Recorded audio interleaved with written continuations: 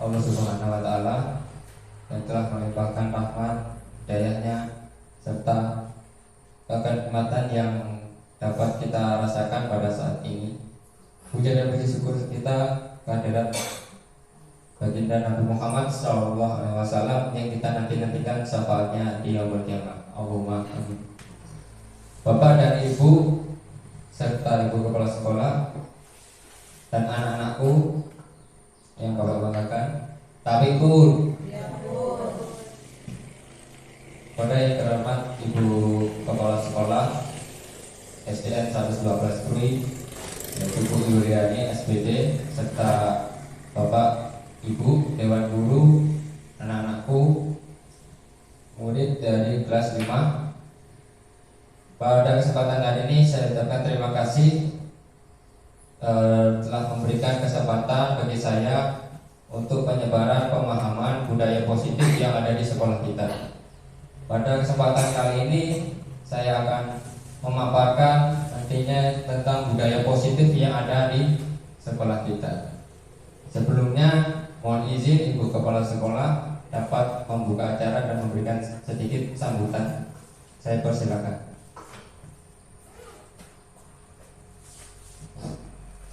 Assalamualaikum warahmatullahi wabarakatuh. Waalaikumsalam warahmatullahi Assalamualaikum Bapak Ibu sekalian, dalam rangka kegiatan calon guru penggerak pada pagi ini, kita berkumpul ini dalam rangka membuat video ya, untuk meningkatkan budaya positif yang ada di sekolah SD 112. Bapak Ibu dan anak-anak sekalian, marilah kita ikuti dengan seksama untuk selanjutnya yang disampaikan oleh Pak Agung Bintoro demi kelancaran kegiatan calon guru penggerak di sekolah kita. Selanjutnya, Bapak Ibu sekalian, guru penggerak demi meningkatkan pendidikan semaksimal di sekolah kita. Semoga guru penggerak jaya maju ke depannya. Terima kasih. Baik, terima kasih atas sambutannya oleh Ibu Kepala Sekolah SDN 112 Krui. Selanjutnya, mohon izin Bapak Ibu, saya akan mempresentasikan tentang budaya positif. Tapi sebelumnya, sebelum memaparkan tentang budaya positif ini, ada sedikit video yang mungkin dapat meningkatkan semangat kita sebelum saya mempresentasikan. Bisa nanti ikuti.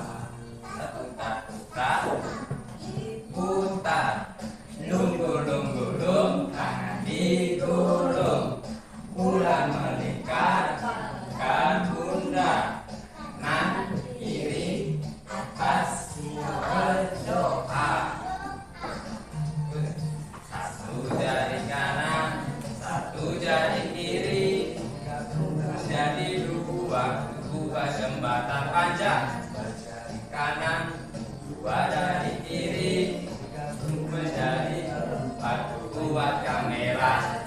Krek. Mencari diri, bukan ku mencari enam. Buat menara tinggi, empat jari kanan. Empat jari kiri, bukan ku menjadi delapan. Buat telinga, lima jari kanan, lima jari kiri, bukan ku menjadi sepuluh. Siap berdoa. Anak muda dan sahabat guru kreatif Indonesia, selamat belajar ya. Itu tadi salah satu ice breaking yang dapat diterapkan di kelas-kelas untuk anak supaya bersemangat. Banyak sebenarnya ice breaking itu contoh-contohnya ada di Facebook, lalu di YouTube ataupun di Snack Video dan di TikTok banyak ya. Dapat diterapkan, itu salah satu melatih anak untuk supaya pembelajaran penjumlahan kalau yang tadi. Masih banyak lagi yang lainnya.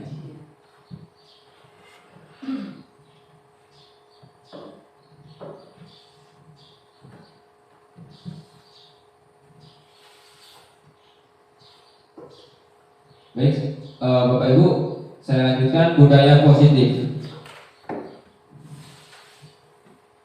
Konsep inti dari budaya positif ini ada beberapa. Yang pertama, perubahan paradigma belajar, disiplin positif, nilai-nilai kebajikan, kebutuhan dasar manusia, motivasi perilaku manusia, posisi kontrol guru, keyakinan kelas, serta segitiga restitusi.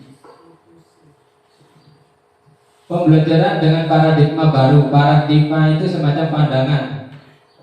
Pembelajaran dengan paradigma baru merupakan pembelajaran yang dirancang berdasarkan prinsip pembelajaran berdiferensiasi, sehingga para murid belajar sesuai kebutuhannya berdasarkan tahap perkembangan sesuai teori psikologi modern untuk mewujudkan profil pelajar Pancasila yang saat ini kita sudah menerapkan kurikulum Merdeka. Disiplin positif. Disiplin positif ini berasal dari kata disiplina, yang artinya belajar. Disiplin diri yang memiliki tanggung jawab terhadap apa yang dilakukan berdasarkan nilai-nilai yang diyakini. Disiplin positif merupakan salah satu cara penerapan disiplin yang bertujuan untuk menumbuhkan kesadaran serta memberdayakan murid tanpa imbalan penghargaan. Jadi penghargaan itu ada beberapa yang dapat menimbulkan dampak kepanjangan, Pak. Dapat, jadi reward atau penghargaan itu berdampak panjang. Ada yang dapat memutuskan hubungan, ada yang dampaknya lebih lagi. Lalu ada juga ancaman atau hukuman. Nilai-nilai kebajikan. Tentunya kita tidak asing dengan nilai kebajikan.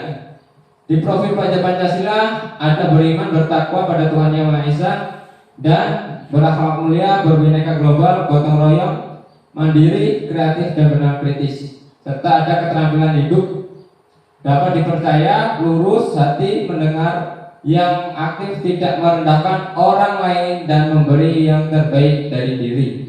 Ini nilai-nilai kebajikan atau kebaikan. Mari kita pelajari tentang kebutuhan dasar manusia, Bapak Ibu. Kebutuhan dasar manusia yang tentunya manusia mempunyai kebutuhan dasar dan wajib dipenuhi. Jika salah satu kebutuhan dasar ini kurang, maka akan terjadi yang namanya depresi atau kurang seimbang. Makanya kalau dari rumah ada anak yang mungkin di sekolah itu dia bertingkah laku yang berbeda dengan yang lainnya, kemungkinan anak tersebut mempunyai kekurangan kebutuhan dasar. Bisa jadi kebutuhan dasar itu berbeda-beda setiap anak, karena anak mempunyai kodratnya masing-masing. Jadi anak itu punya kodratnya yang dari bawaan. Itu namanya kodrat alam. Anak juga memiliki yang namanya kodrat zaman. Jadi dari kodrat alam memang udah bawaan dari lahirnya seperti itu. Dan ada yang namanya kodrat zaman. Kodrat zaman itu disesuaikan dengan zaman yang sekarang. Ibaratnya kalau kita dulu makan nasi tiwul, sekarang anak-anak sudah makan roti, seperti itu. Kebutuhan dasar manusia adalah segala sesuatu yang kita lakukan untuk mendapat apa yang kita inginkan. Seluruh tindakan yang kita lakukan memiliki tujuan tertentu, dan semua usaha terbaik yang kita lakukan adalah dalam rangka agar kebutuhan kita terpenuhi dengan baik. Ada 5 kebutuhan dasar manusia yang ini yang wajib dipenuhi. 1. Bertahan hidup. Bertahan hidup atau survival ini meliputi sandang, pangan, papan. Papan itu maksudnya rumah. Nah itu. Lalu ada 2, kasih sayang dan rasa diterima. Kasih sayang dan rasa diterima ini sangat penting. Ketika ada anak yang galau, galau itu mungkin di rumah kurang kasih sayang dari orang tuanya. Jadi dilihat dari latar belakang orang tuanya juga, kasih sayang. Dan yang ketiga penguasaan. Penguasaan ini memiliki pengakuan. Kalau di sekolah itu anak tidak memiliki pengakuan, artinya selalu dipojokkan, anak tersebut akan cenderung pendiam dan merasa tidak dibutuhkan di sekolah itu. Itu akan menimbulkan efek yang sangat luar biasa, bahkan depresi dan lain sebagainya. Mungkin melakukan tindakan-tindakan yang di luar dari kebaikan. Yang keempat ada kebebasan.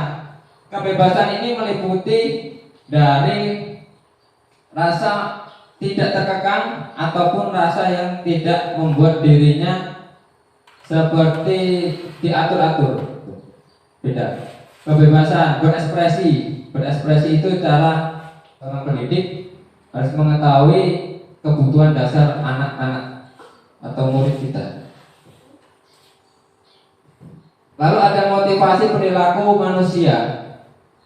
Motivasi ini ada 3. Yang pertama untuk menghindari ketidaknyamanan atau hukuman, untuk mendapatkan imbalan atau penghargaan dari orang lain. Yang ketiga untuk menjadi orang yang mereka inginkan dan menghargai diri sendiri dengan nilai-nilai yang mereka percaya. Dari ketiga ini ada yang disebut dengan eksternal dan internal. Kalau eksternal itu berdampak dari luar, internal dari dalam diri sendiri. Nah, eksternal dan internal untuk yang kedua ini merupakan eksternal, yang nomor 1 dan kedua. Dan yang nomor ketiga adalah internal dari diri mereka sendiri. Contoh anak yang dia nomor 1 untuk menghindari ketidaknyamanan atau dihukum. Jadi anak nurut aja karena takut dihukum. Yang kedua, anak untuk mendapatkan imbalan atau penghargaan. Dia mau melakukan sesuatu ketika ada imbalan. Ini akan berdampak berkelanjutan bahwasanya anak itu ibaratnya dia mau melakukan sesuatu tapi kalau ada imbalannya. Kalau tidak ada ya nggak mau. Ini akan berdampak panjang. Makanya tadi ada reward itu ada yang merusak hubungan, ada yang namanya itu mematahkan potensi. Jadi anak itu sebenarnya bisa, tapi karena dia merasa karena tidak ada imbalan maka tidak mau. Nah itu akan mematahkan potensi si anak. Nah yang ketiga ini untuk menjadi orang yang mereka inginkan, ini berasal motivasi dalam diri anak itu. Kalau dia motivasinya kuat, ini yang namanya motivasi internal dari dalam diri. Selanjutnya ada motivasi perilaku manusia. Nah ini yang tadi ketiga itu motivasi perilaku manusia. Yang pertama hukuman. Anak sering dihukum, merasa tidak terencana, bersifat satu arah, berupa hukuman fisik, mukul dan lain sebagainya, menjewer, menyubit, itu hukuman fisik. Yang kedua ada konsekuensi. Konsekuensi ini tercapai atau disepakati sesuai peraturan. Jadi anak diminta untuk membuat kesepakatan. Apa konsekuensinya? Murid tetap dibuat tidak nyaman. Guru selalu memonitor murid. Konsekuensi sama kayak peraturan, namun ini konsekuensi. Ketiga restitusi. Restitusi menciptakan murid. Upaya kita sebagai pendidik yaitu menciptakan murid untuk memperbaiki kesalahan. Proses kolaborasi yang mengajarkan murid untuk mencari solusinya. Ketika murid melakukan sesuatu tindakan terlambat, berantem, lalu murid yang bertingkah yang lainnya, itu kita mencari tahu apa permasalahannya, lalu murid sendirilah yang harus mengetahui solusinya seperti apa. Bukan kita yang mencari solusi. Kalau kita yang mencari solusi, berarti murid harus nurut sama kita. Seperti itu. Jadi biarkan murid menyadari kesalahannya sendiri, sehingga dia dapat merubah perilakunya. Di sini kita sebagai pendidik ada yang namanya posisi kontrol. Posisi kontrol ini ada 5: penghukum, pembuat rasa bersalah, teman, pemantau, atau manajer. Kalau penghukum sering ngasih hukuman terus secara fisik dan lain sebagainya. Lalu membuat rasa bersalah ini, ya guru nyalakan murid terus. Nah, ini membuat rasa bersalah. Lalu teman, sebagai teman. Nah, sebagai teman artinya batasan sebagai guru dan pendidik ini tentunya ada batasannya. Kalau sebagai teman ini mendampingi murid. Lalu pemantau ini memberikan rasa kurang nyaman juga sebenarnya. Yang bagus adalah manajer. Kita mengatur murid supaya meningkatkan potensinya. Nah, ini yang tadi motivasi eksternal yang saya katakan tadi, ada dua ini merupakan eksternal dari luar diri siswa. Lalu yang internal memang dari dalam diri siswa. Akan lebih mudah kalau anak itu termotivasi di dalam diri dibandingkan kita yang mengucapkan motivasinya. Karena nggak mempan masuk telinga kanan, keluar telinga kiri pasti. Nah, ini contoh kasus. Murid tidak memakai atribut lengkap saat upacara bendera.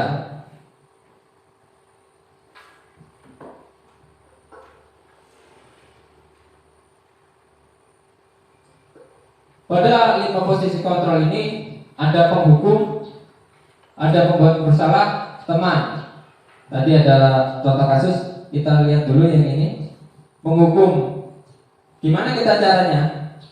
Tadi anak ada yang tidak memakai atribut sekolah ketika upacara.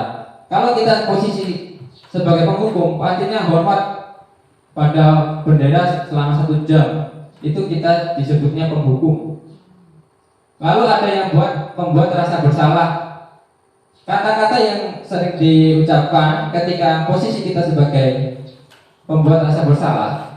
Berapa kali ibu atau bapak harus memberi tahu kamu selalu saja mengecewakan bapak ibu. Nah, ini kata-kata seperti ini nih yang membuat rasa anak bersalah. Lalu ada kata-kata lagi sebagai teman, kita sebagai teman murid. Ayo dong, ikuti aturan sekolah. Tolong bantu ibu bapak ya kali ini. Ya sudah, tidak apa-apa. Lain kali jangan sampai berbuat seperti ini lagi. Nah, ini ketika kita mengucapkan kata-kata seperti itu, semacam itu, posisi kita adalah sebagai teman. Gitu. Jadi, atau selanjutnya ada ketika posisi pemantau. Kamu sudah melanggar peraturan sekolah, kamu tahu konsekuensinya. Nah, kita ketika mengucapkan kata-kata ini kita sebagai pemantau. Lalu untuk manajer, apakah kamu tahu kesalahanmu? Kira-kira bagaimana kamu memperbaiki kesalahanmu? Inilah kita sebagai pendidik harus menjadi manajer. Jadi biarkan anak yang mencari solusinya, biarkan anak yang tahu membuat perubahannya. Jangan kita membuat perubahannya. Supaya anak itu berpikir kritis bahwa dia melakukan tindakan yang salah untuk kedepannya tidak diulangi kembali.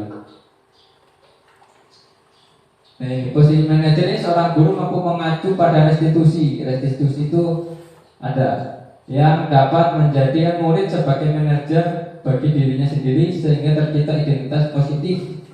Berarti berasal dari diri mereka, motivasinya dari mereka, bukan dari kita. Kalau kita terus ngasih motivasi terus tanpa anak memotivasi dalam diri, ya masuk telinga kanan, keluar telinga kiri seperti itu. Percuma saja kita ngomong sampai berbusa-busa, tapi anak nggak pernah ada motivasi dalam diri, percuma Bapak Ibu. Nah, ini ada keyakinan sekolah atau keyakinan kelas. Guru berperan dalam mewujudkan terbentuknya keyakinan sekolah atau kelas dengan adanya kesepakatan antara guru dan murid buat peraturan kelas sesuai dengan kesepakatannya. Ini masing-masing kelas itu memiliki kesepakatan yang berbeda-beda. Lalu ada keyakinan sekolah atau kelas berupa pernyataan universal yang mudah diingat, dipahami, dan harus diterapkan dalam lingkungan sekolah. Kesepakatan kelas contohnya selalu bersih di dalam kelas maupun di luar kelas. Nah, selalu bersih di dalam kelas maupun di luar kelas.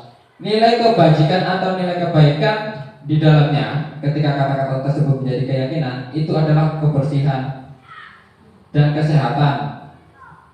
Selalu mengerjakan tugas sesuai tepat waktu. Berarti nilai kebajikannya itu siswa menjadi mandiri dan bertanggung jawab.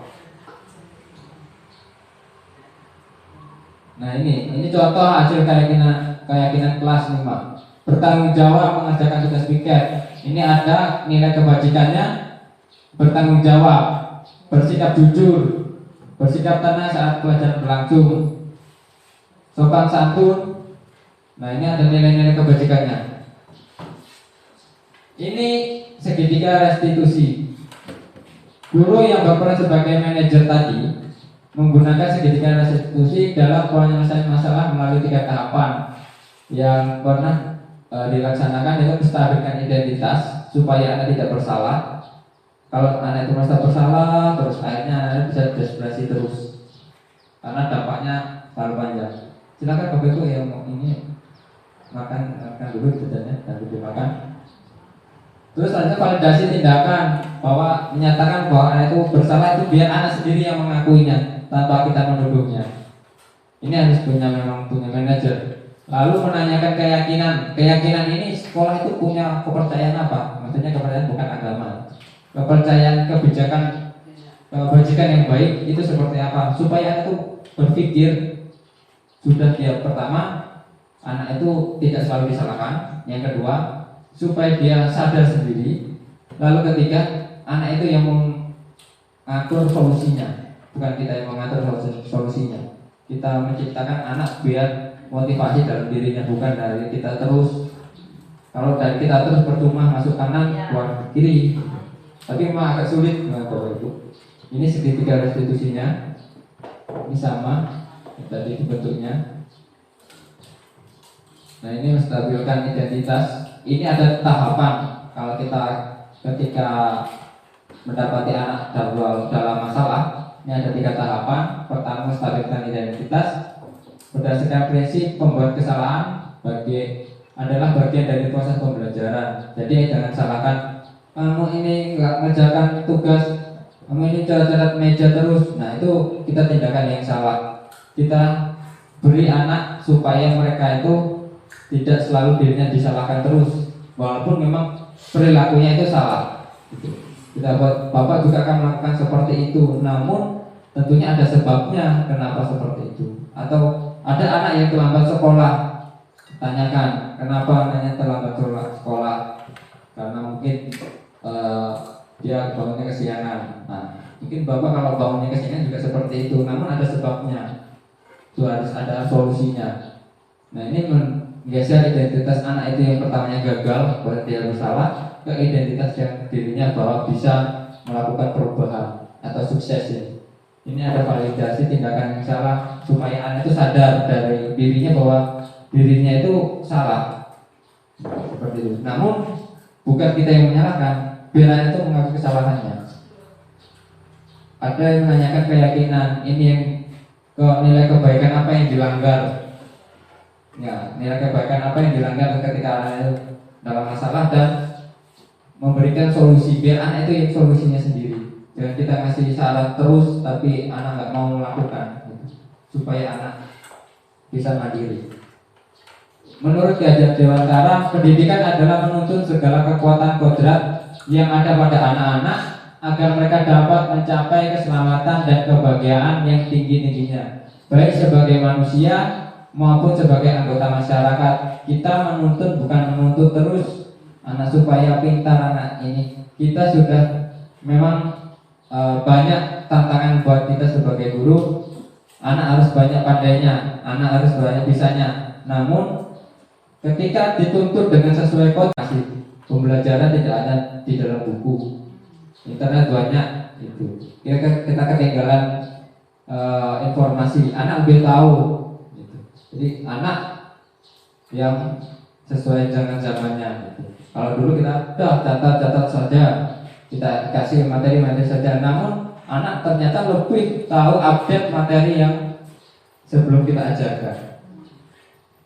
Ini visi yang kemarin sudah kita tambahkan, visi sekolah membentuk peserta didik yang unggul dalam berprestasi iptek, berprestasi intak, berkarakter, kebangsaan dan berwawasan lingkungan dalam mewujudkan sekolah ramah anak yang kesempatan waktu lalu kita dapat saya sampaikan visi guru penggerak waktu itu. Ini penambahan wujud sekolah ramah anak. Ini PR bagi kita semua. Sekolah ramah anak ini tentunya banyak faktor yang mendukungnya. Ini prakasa perubahan ini dapat dilaksanakan membuat keyakinan sekolah atau kelas melaksanakan Jumat bersih setelah senam, memberikan kesempatan anak 15 menit di jam pertama untuk membaca buku dengan memanfaatkan wadah baca supaya anak pandai membaca. Jangan sampai di kelas 6 nanti anak belum pandai membaca. Pernah saya dapat umpan balik dari rekan-rekan CGP waktu minggu lalu itu, ternyata ada sampai SMK anak itu belum pandai baca. Itu sangat membingungkan bagi gurunya. Sudah sampai SMK, kebetulan jurusannya otomotif, anak nggak pandai baca, namun dia pandai gambar. Nah itu ada potensi, ada keahliannya yang lebih. Ternyata itu juga menjadi awal yang anak akan kesulitan juga untuk menggapai cita-citanya karena tertahan nggak bisa baca gitu. Nah, sampai SMK.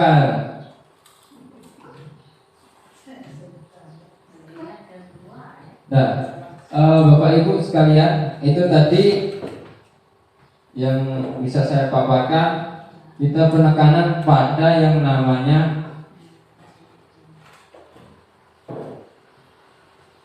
hukuman tadi,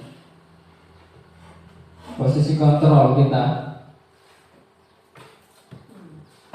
Nah, posisi kontrol kita ini sangat penting karena di dalam posisi kontrol ini posisi kita yang mana sebagai pendidik, merasa penghukum atau merasa pembuat salah, teman, pemantau atau manajer. Kalau semakin kita naik ke manajer akan menciptakan budaya positif di sekolah kita. Kalau kita dihukum, terus anak akan menjadi mentalnya akan turun. Tapi kita mempunyai yang namanya ketegasan. Jadi tidak selalu menghukum secara fisik atau verbal. Karena ketika menjadi sekolah yang ramah anak, kita harus punya trik pendekatan supaya termotivasi pada diri anak. Jangan kita terus memotivasi tanpa ada kegiatan atau perilaku yang perubahan, karena perubahan itu berasal dari diri anak masing-masing. Nah, yang sering terjadi Bapak Ibu itu pada saat memenuhi kebutuhan dasar manusia. Anak selalu ada masalah, anak selalu bertingkah yang kurang baik. Ini pastinya ada yang kurang dari kelima ini.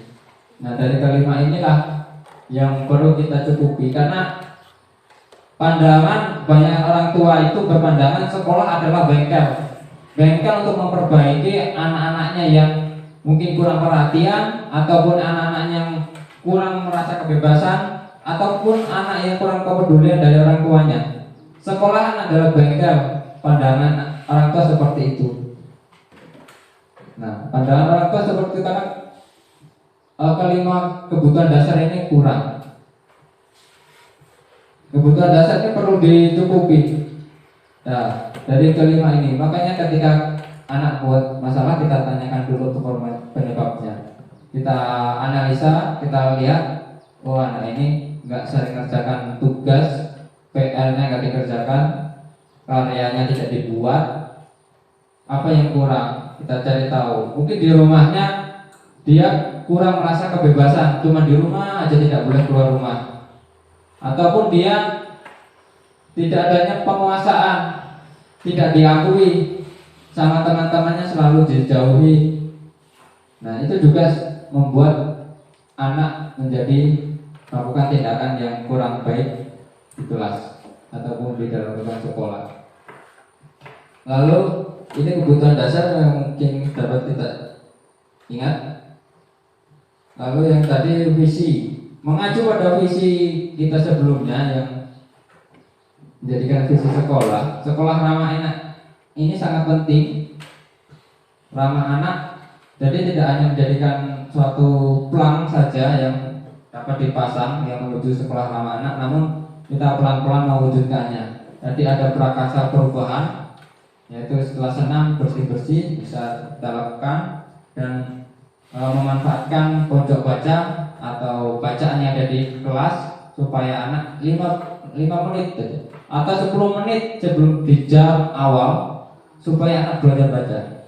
Jadi anak silakan ambil buku yang ada di depan ataupun di pojok baca aja 10 menit.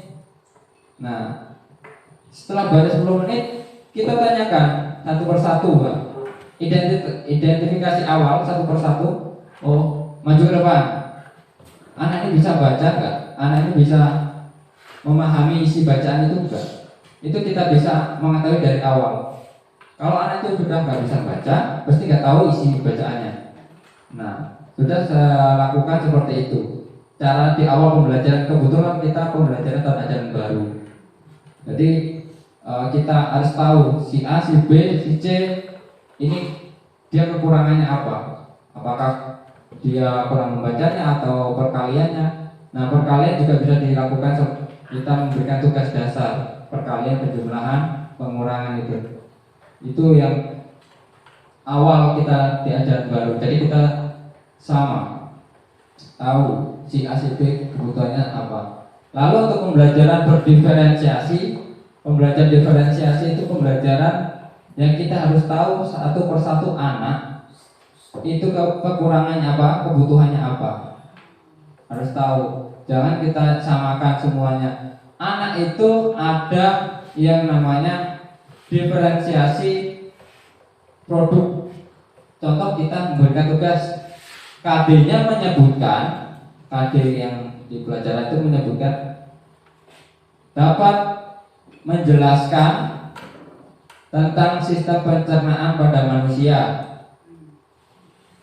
Kita kasihkan tugas ke anak sesuai dengan minatnya atau dengan keinginannya, mau dibuat tulisan, mau dibuat gambar, ataupun mau dibuatkan video.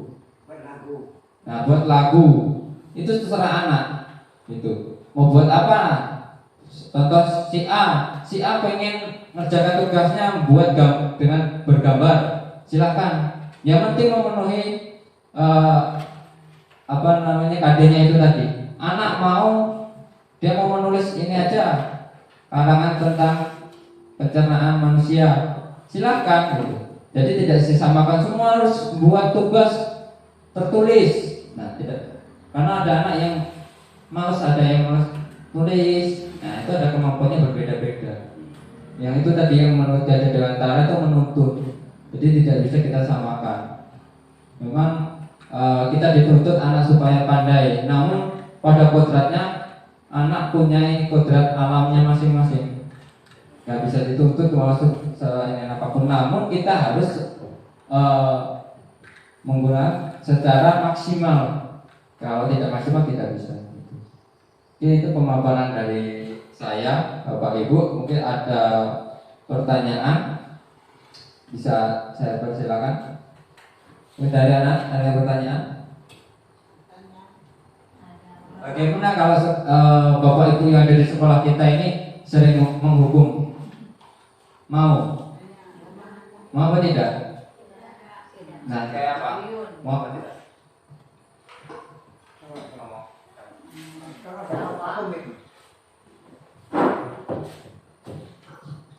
Gimana?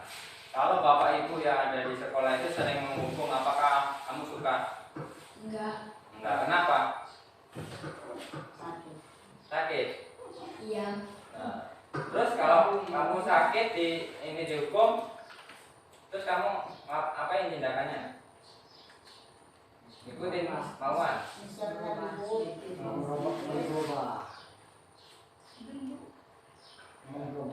Oh, berubah.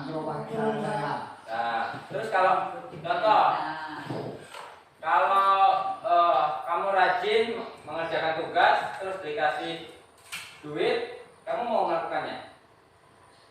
Mau.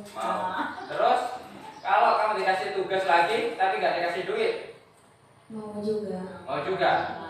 Itu terpaksa apa dari kamu sendiri? Paksa. Ya, terpaksa. Iya. Nah itu, jadi sebenarnya Bapak Ibu kadang penghargaan yang apa kita berikan ke murid itu terlihat bagus, namun terkadang juga berdampak yang panjang, yaitu penghargaan itu seperti itu. Karena ketika satu anak kita kasih penghargaan, mungkin menurut kita yang lainnya biar termotivasi. Namun ketika kita nggak kasih penghargaan, anak akan merasa ya sudahlah, nggak mau ikut lagi karena nggak ada yang mau dikasih gitu.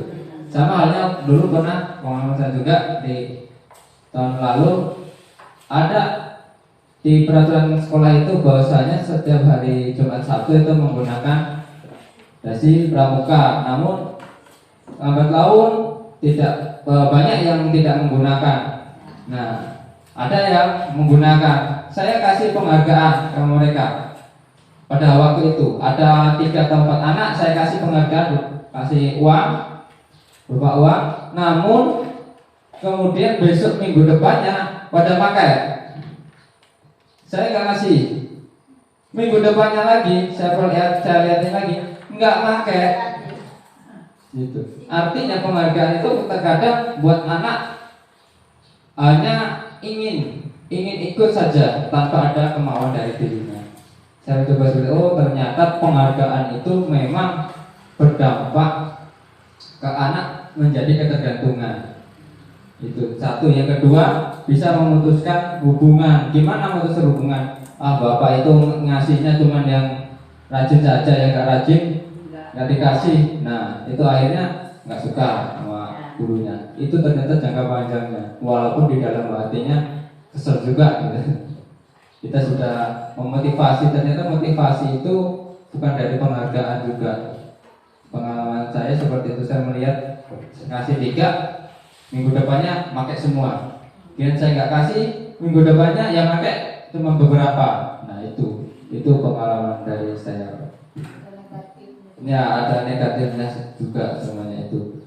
Visi sekolah ramah anak ini kita bersama-sama Bapak Ibu mewujudkan sekolah yang memang benar-benar ramah anak menjadinya senang dalam sekolah, belajarnya senang, sehingga motivasinya semakin meningkat.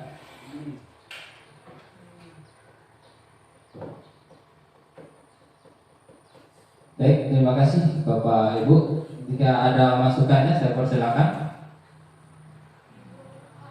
Ada Bapak Ibu? Cukup. Baik, terima kasih banyak atas waktunya. Saya ucapkan Bapak Ibu sekalian, pada Ibu Kepala Sekolah, terima kasih memberikan kesempatan bagi saya untuk sedikit memberikan apa ilmu yang saya dapat dari program CGP ini. Mungkin menambah wawasan kita ke depannya, sekolah kita akan menjadi lebih baik lagi, menjadi sekolah yang ramah anak, yang nyaman bagi murid serta guru-gurunya. Terima kasih, itu saja. Bapak Ibu, saya akhiri. Wassalamualaikum warahmatullahi wabarakatuh. Waalaikumsalam warahmatullahi wabarakatuh.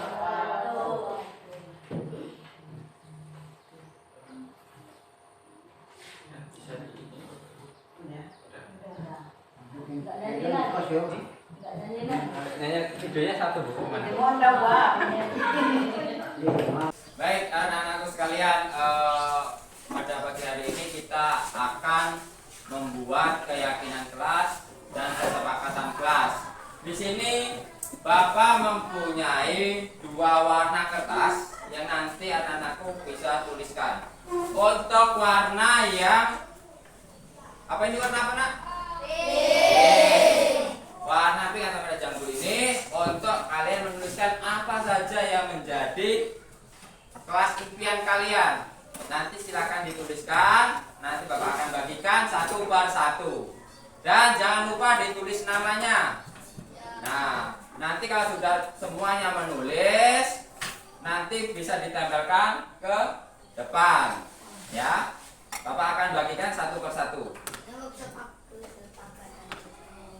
Silakan ditulis namanya terlebih dahulu, baru nanti ditulis apa yang menjadi kelas impian kalian.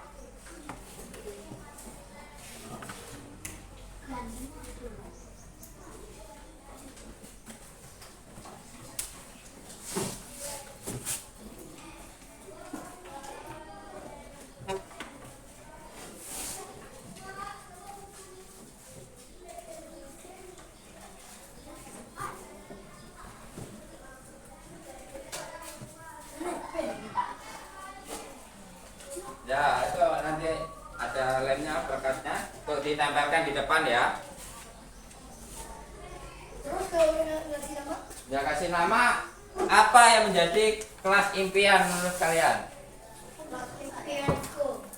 Tidak jelas. Ya, silakan ditulis nak. Gimana caranya, Pak? Pak. Udah ya. Kalau udah silakan ditempelkan di depan ya nak.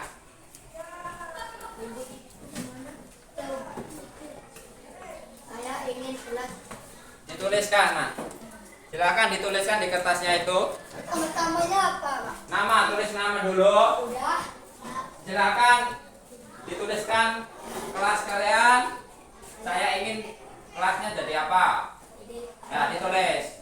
agak bersih. Ya, ditulis. Silakan ditulis. Sudah, Pak. Kalau sudah, silakan ya bagi yang sudah menuliskan, tempel di depan. Ini aja. Ya, ya, tempel di depan. Nah, lanjut. Dan sudah, silakan ditempel di depan.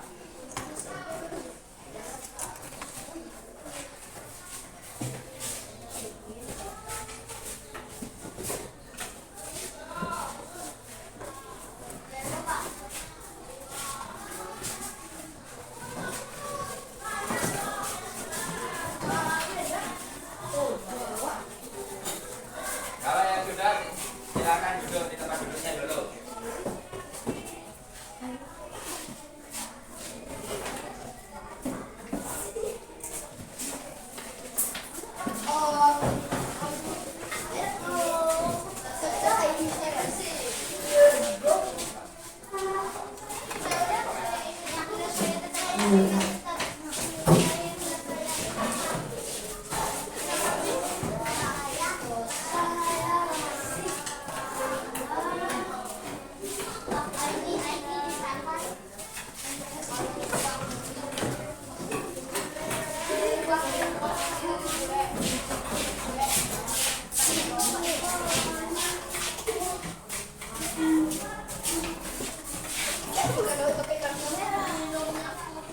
Baik, selanjutnya kelas impianku sudah, anak-anakku sudah menuliskan semua ya apa yang menjadi kelas impian anak-anakku sekalian. Sekarang mari kita buat untuk kesepakatan kelas. Ini Bapak ada warna hijau. Warna hijau ini anak-anakku silakan dituliskan apa yang ingin menjadi kesepakatan kelas anak-anakku sekalian. Bapak akan bagikan satu persatu. Jangan lupa dikasih nama, lalu dituliskan apa yang menjadi kesepakatan kalian masing-masing. Cukup satu saja, ya.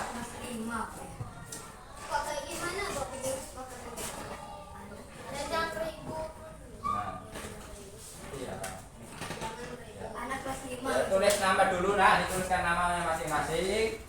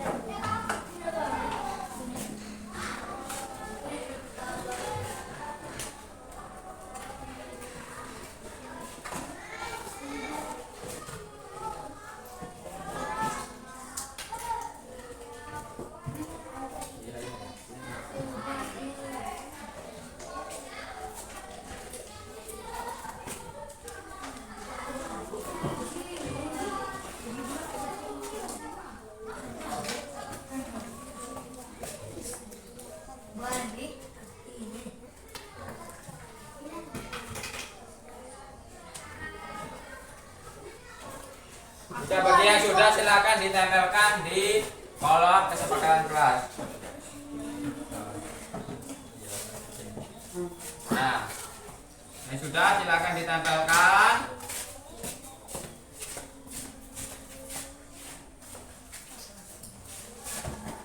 Ada kelas 5. Ya.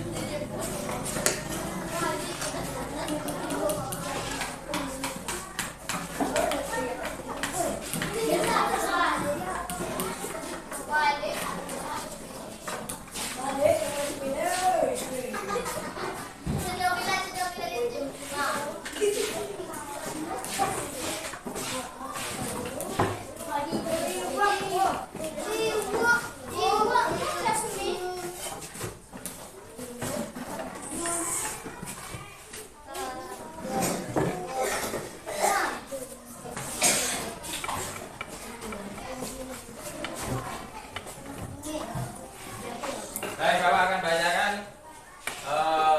kelas impianku. Salah satunya ada ya dari Bima. Saya ingin kelas saya tetap rapi. Terus ada dari Pakan. Kelas saya ingin kelas agar tetap bersih, tetap standar. Kelas saya ingin saya bersih. Lalu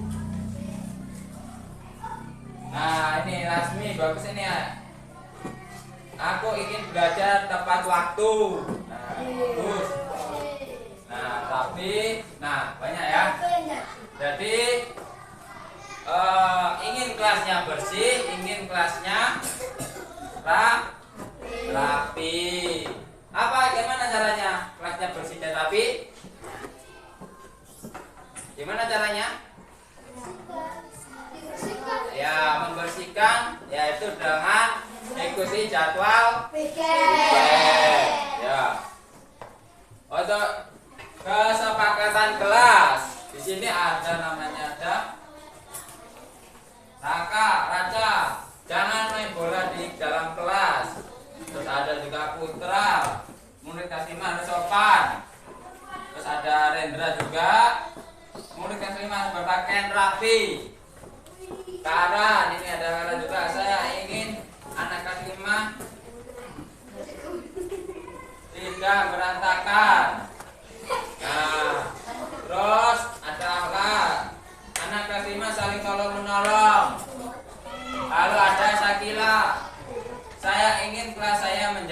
bersih. Nah, kelas 5 Elin harus sopan santun kepada guru. Ini kesepakatan kelas kita yang tadi semuanya sudah menuliskan ke depan. Lalu keyakinan kelas, nilai kebajikan yang ada di kelas kita, selalu menghormati, ini dari Mendra. Lalu membuang sampah di kotak sampah dari Raca. Terus ada juga dari Bima, nilai kebaikan yaitu adalah sopan santun. Lalu ada Lasmi, kebaikan kelas saling membantu. Nah, bagus ini. Ini nilai-nilai kebaikan yang menjadi keyakinan kelas kita, yang anak-anak sekalian tulis masing-masing tadi. Ini selalu diingat, selalu menjadi pedoman kita dalam melaksanakan kegiatan belajar di dalam kelas. Nanti kita buat aja, tempelkan, kita buat posternya nanti ya. Siapkan ya, nanti Bapak siapkan buat posternya kita semua. Ini sudah dari keyakinan kelas, kesepakatan serta impian kelas impianku. Ada yang mau ditambahkan? Ada tidak? Tidak. Berarti cukup ya. Ini sesuai dengan kesepakatan kita. Nilai-nilai ini yang nantinya menjadi pedoman.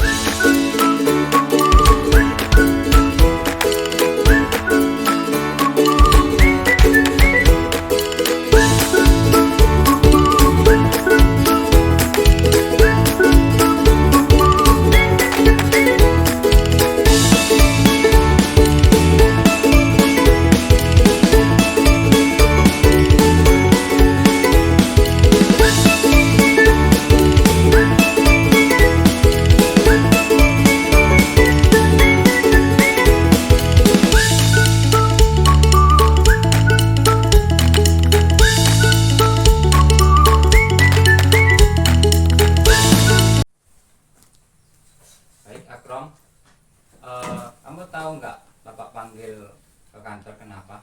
Tahu Pak. Nah, tentunya ada tindakan kamu yang mungkin melanggar keyakinan kelas ya. Nah, tadi kamu di kelas ngapain tadi? Meminjam pena teman cara memaksa Pak. Nah, apa kamu melakukan hal itu? Karena pena saya habis. Nah, mungkin Bapak juga melakukan meminjam pena kawan karena pena Bapak mungkin habis juga seperti itu, tapi tindakan memaksa itu tidak benar. Nah, Akrom, dengan melakukan tindakan yang tidak benar itu ada beberapa keyakinan kelas yang pastinya dilanggar. Keyakinan kelas apa yang kamu langgar ya? Saling menghargai teman, menjaga keamanan kelas, bersikap jujur. Nah, dari tindakan itu tentunya kamu melanggar keyakinan kelas. Dari keyakinan kelas yang kita sepakati. Nah, Akrom, apa sih nak solusi yang bisa kamu ambil? Saya akan membawa peralatan sekolah sendiri serta tidak lagi memaksa teman untuk meminjamkan alat tulisnya. Baik, itu. Nah, dari keyakinan dan solusi yang kamu sebutkan tadi, tentunya itu Akrom menjadi pedoman kamu untuk melakukan tindakan. Bapak yakin kamu ini kan anak yang baik. Mungkin kamu terpaksa dengan melakukan tindakan itu. Untuk kedepannya Bapak harapkan kamu bisa mengingat kembali keyakinan kelas itu. Ya Pak.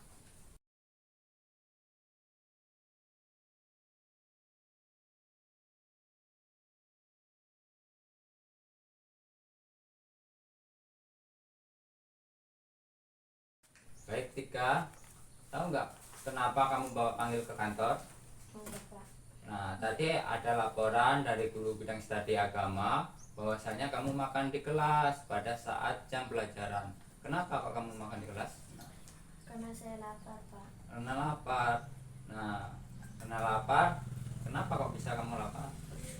Bangun kesiangan. Nah, itu nggak sarapan ya. Iya.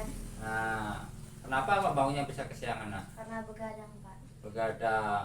Ya, yang namanya lapar itu adalah manusiawi. Nah, Bapak juga pasti akan melakukan hal seperti itu. Bapak juga lapar pastinya. Namun tindakan bangun kesiangan itu adalah tindakan yang salah. Nah itu mungkin dari tindakan kamu makan di kelas itu ada keyakinan yang kamu langgar. Apa sih nak keyakinan yang kamu langgar? Menjaga kebersihan kelas, belajar dengan sungguh-sungguh, saling menghargai. Nah iya, dari keyakinan yang kita sepakati itu ada beberapa yang kamu langgar. Tentunya itu hal yang tidak baik ya nak. Mungkin ke depannya ada tidak nak solusi apa yang baiknya agar tindakan kamu tidak diulangi lagi? Setiap pagi harus sarapan pagi, tidur lebih cepat, tidak begadang. Baik, itu keyakinan kelas serta solusi yang kamu ucapkan tadi. Semoga kedepannya kamu jauh lebih baik lagi.